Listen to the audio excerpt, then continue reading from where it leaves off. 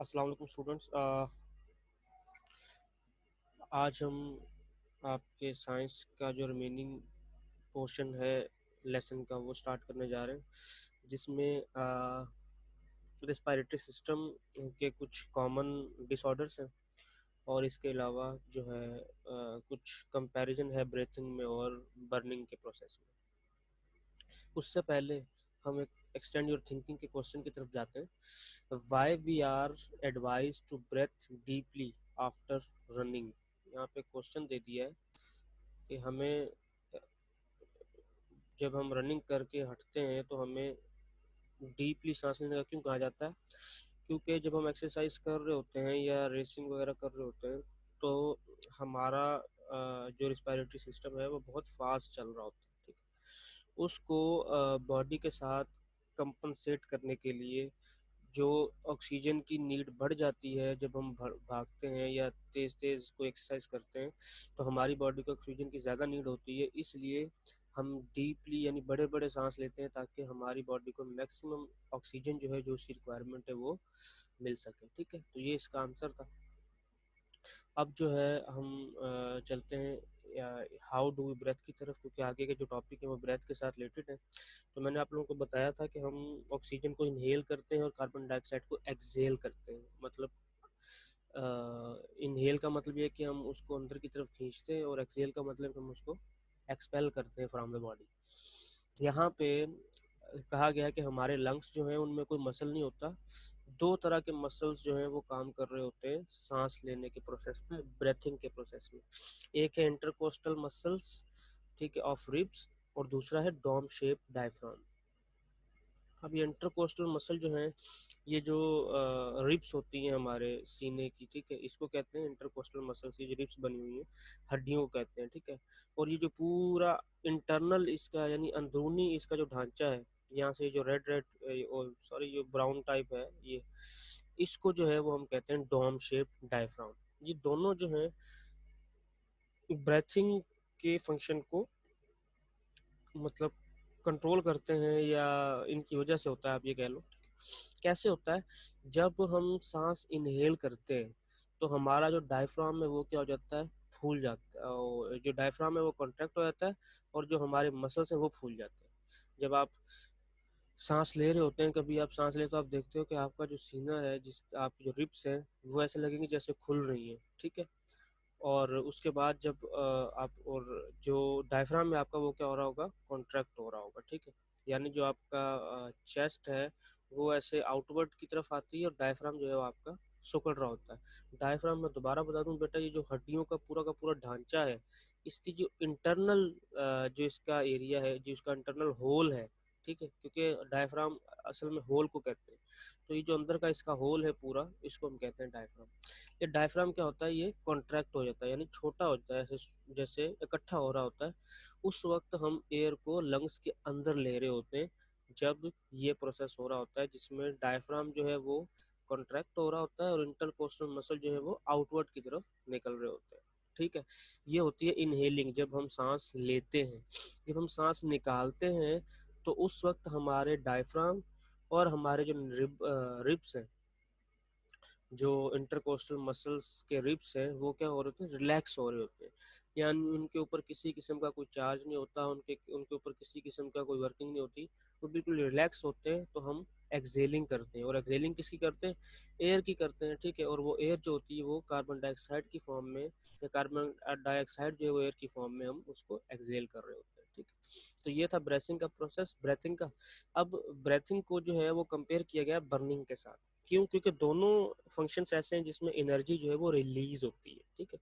Energy को किसी ना किसी जो है वो तरीके से रिलीज किया जाता है।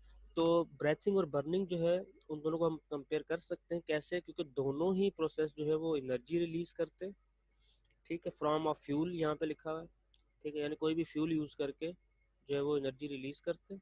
और both processes use oxygen and release carbon dioxide. जहाँ पे ऑक्सीजन नहीं होता वहाँ पे कभी भी आग नहीं जलती, ठीक है। और जहाँ पे ऑक्सीजन नहीं होगा वहाँ पे कभी भी आपको सांस नहीं आएगा।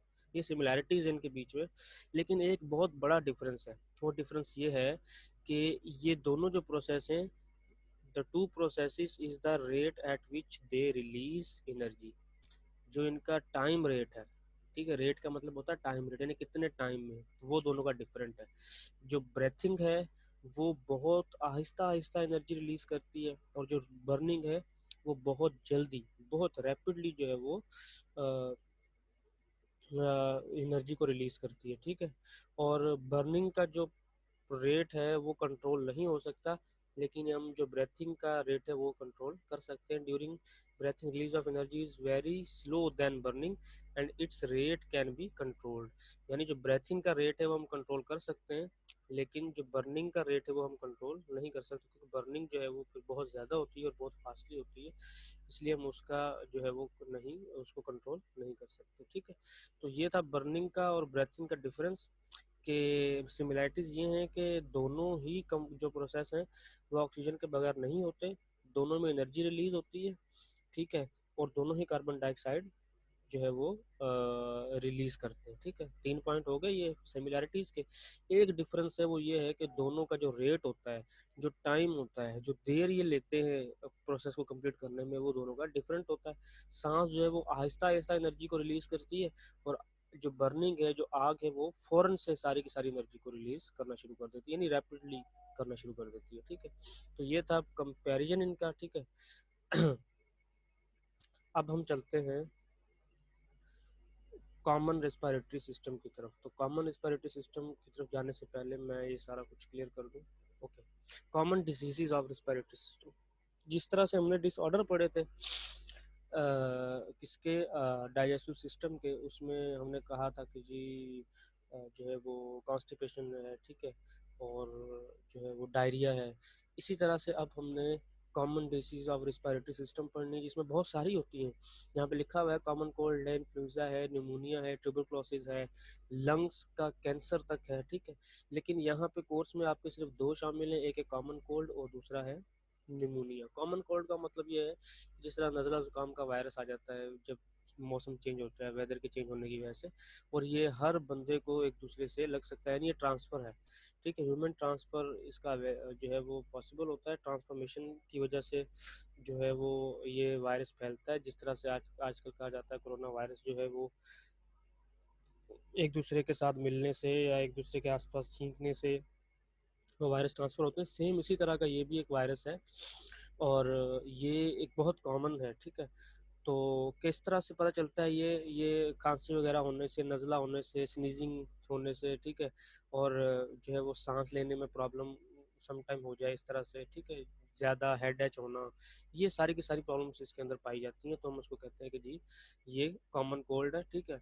होता क्या है कि ये एक वायरस होता है जो फैल जाता है पर्सन टू पर्सन, खांसने से, ठीक है, स्नीजिंग करने से, किसी चीज़ को टच करने से, ठीक है। यानी अगर कोई कॉमन कोल्ड का पेशेंट है, आप उसको किसी चीज़ को टच करते हैं, उसने किसी गिलास में पानी पिया, आप उसमें पी रहे हो, ठीक है, उसने किसी चीज़ को टावल यूज़ किया, आप वो यूज़ कर रहे हो, ठीक है, इस तरह की चीज़ों से वो फैल जाता है, ठीक है।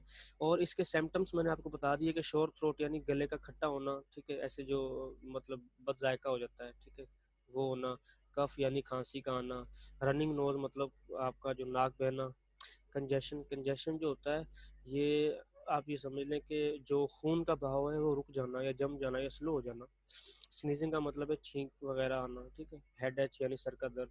ये बहुत सारे इसके कॉमन जो है वो सिम्टम्स हैं जिनसे हमें पता चल जाता है कि हमें कॉमन कोल्ड की डिसीज़ हुई हुई है, ठीक है। और हमें डॉक्टर जो है वो प्रोसिस्ट करना चाहिए ऐसी कंडीशन में, लेकिन इसकी कोई मेडिसिन नहीं है, ठीक है। जैसे हम कहते हैं कोरोना वायरस की कोई मेडिसिन फिलहाल नहीं है, इसी तरह से इसकी भी कोई मेडिसिन नहीं है प्रॉपर। हाँ, आप कुछ चीज़ों से बचने के लिए, यानी जैसे बुखार से बचने के लिए आप कुछ दवाई ले लो कि जी चलो बुखार कम हो जाए, हेड एच के मतलब की वजह से अगर कोई हेड एच हो रहा है तो आप कोई पेन किलर ले लो, ये पॉसिबल है।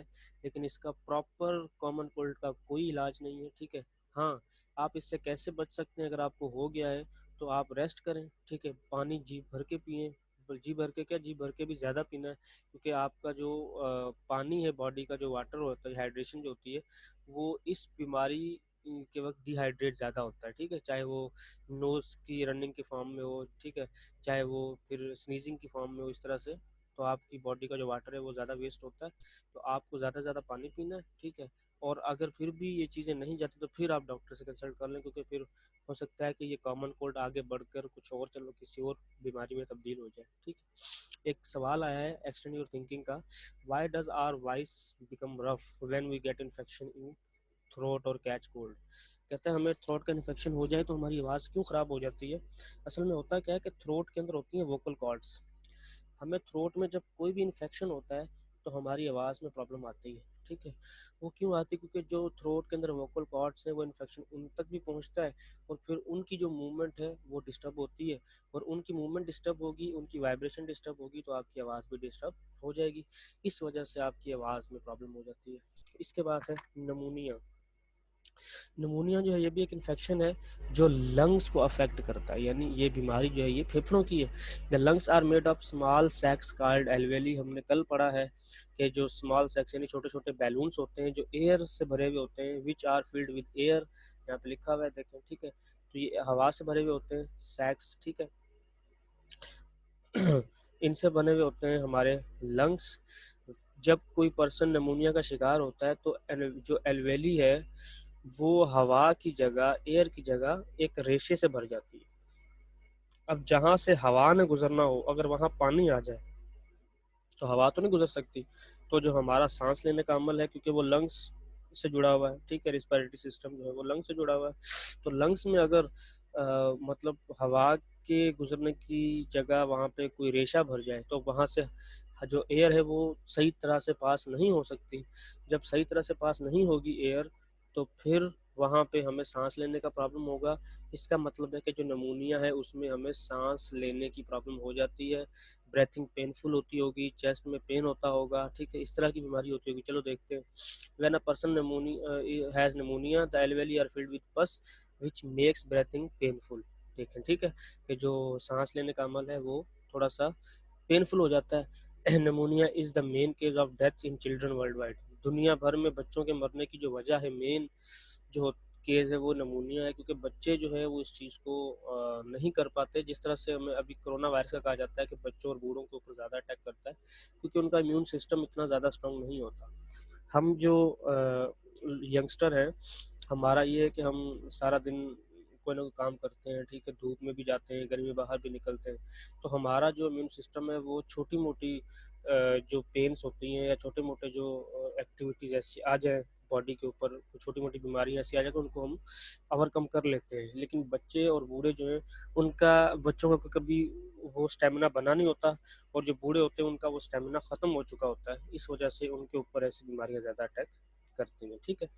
तो इसमें सिम्टम्स इसके क्या हैं जी, कफ है, ठीक है, यानी खांसी है, फीवर है यानी बुखार है, नेसल कंजक्शन है, वही नसों का रुक जाना, ठीक है, खून का रुक जाना, रैपिड ब्रेथिंग यानी जल्दी वाली सांस, ये तो हमारे ऊपर डिपेंड करता है, क्योंकि जब हम सांस नहीं आता तो हम ज़्यादा तेज़ तेज़ सांस लेते हैं, ज़ोर लेके सांस लेने की कोशिश करते हैं, जिसकी वजह से फिर जो है वो हमें पेनफुल जो है फील होता है। विद सीजिंग साउंड्स, जब हम सांस लेते हैं तो हमारे सीने से आवाज़ें आती हैं सीजिंग की, ठीक है। Chest pain, loss of appetite यानी भूख का कम लगना, ये सारी की सारी इसके सिम्टम्स हैं।